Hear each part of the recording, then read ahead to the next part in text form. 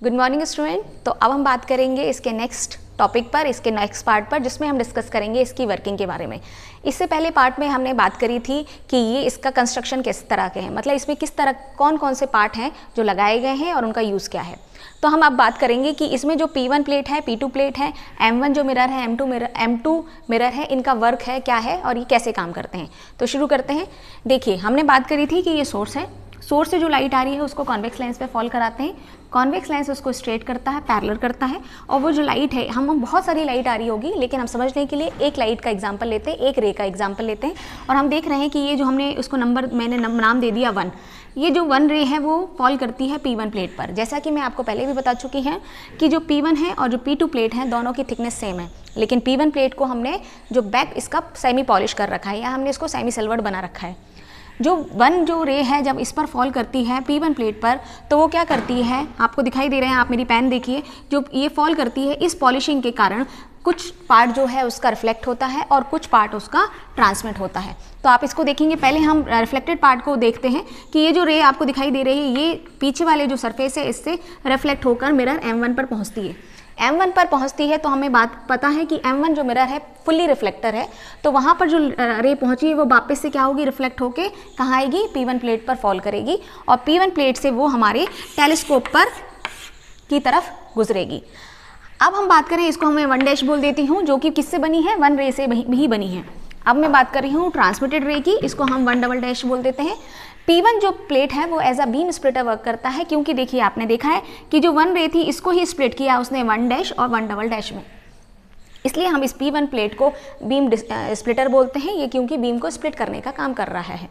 जो बीम रहेगी उसको हम फॉल कराते हैं P2 प्लेट पर। P2 प्लेट कुछ नहीं कर रहा है, सिर्फ उसको जाने का रास्ता दे रहा है रे को, और हमको दिखाई दे रहा है कि मीडियम चेंज हो रहा है, इस वजह से जो रे है वो अपना रास्ता चेंज करेगी, और जो रास्ता है आपको दिख रहा है कि लाइट बेंड हो रही है, लेकिन ये चूँकि प्लेट है, सिंपल ट्रांसपेरेंट कांच की प्लेट है, तो यहाँ से रे जाएगी M2 प्लेट पर, M2 मिरर पर, और M2 मिरर से वापस से P2 पर आएगी और वापस आपके कहाँ आएगी, प्लेट P1 पर फॉल करेगी, जहाँ से ये टेलीस्कोप की तरफ गुजरेगी। आपको दिखाई दे रहा है जो यहाँ से रिफ्लेक्टेड रे है 1 डैश, और यहाँ जो दिखाई दे रही है आपको ट्रांसमिटर रे 1 डबल डैश रे, दोनों एक ही मीडियम में आ रही हैं और एक ही डायरेक्शन में आ रही हैं। तो ये दोनों रेज जो होती हैं क्या करती हैं, इंटरफेरेंस करती हैं, इस वजह से हमको यहाँ पर शेप दिखाई देते हैं अलग अलग। अब ये शेप जो है वो किस पर डिपेंड करते हैं, वो डिपेंड करते हैं हमारे M2 और M1 मिरर के प्लेसिंग पर। हमें मालूम है कि M1 जो मिरर है इसको हम क्या कर रखते हैं, हमेशा स्टेबल रखते हैं, इसको हम मूव नहीं करते हैं, लेकिन जो हमारा M2 मिरर है जो कि बिल्कुल परपेंडिकुलर रखा है M1 मिरर के, उसको हम मूव कर सकते हैं, उसकी हम प्लेसिंग को चेंज कर सकते हैं। तो जिस तरह की प्लेसिंग हम M2 मिरर की करेंगे उस तरह से हमको फ्रिंजेस का शेप दिखाई देगा।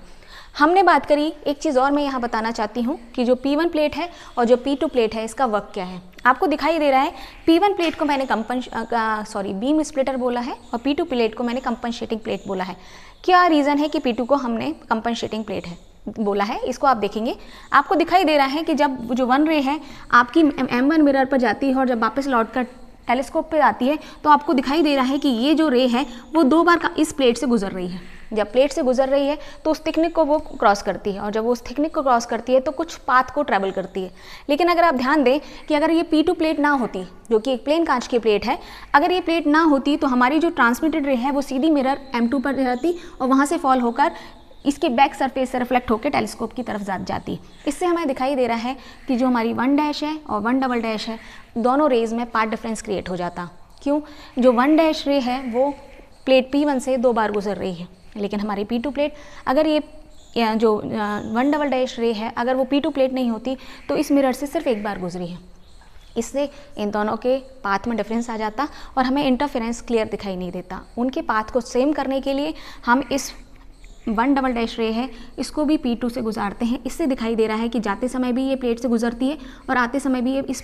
थिकनेस को क्रॉस करती है। इस वजह से जो हमारी रिफ्लेक्टेड रे है और जो हमारी ट्रांसमिटेड रे है, जिसको हमने 1 डैश और 1 डबल डैश बोला है, इन दोनों का पाथ सेम हो जाता है और हमें फिर डिफरेंट शेप्स की फ्रिंजेस दिखाई देती हैं, जिनकी मदद से हम अलग अलग शेप की फ्रिंजेस प्राप्त कर सकते हैं और अननोन सोर्स का वेवलेंथ भी कैलकुलेट कर सकते हैं। थैंक यू, धन्यवाद।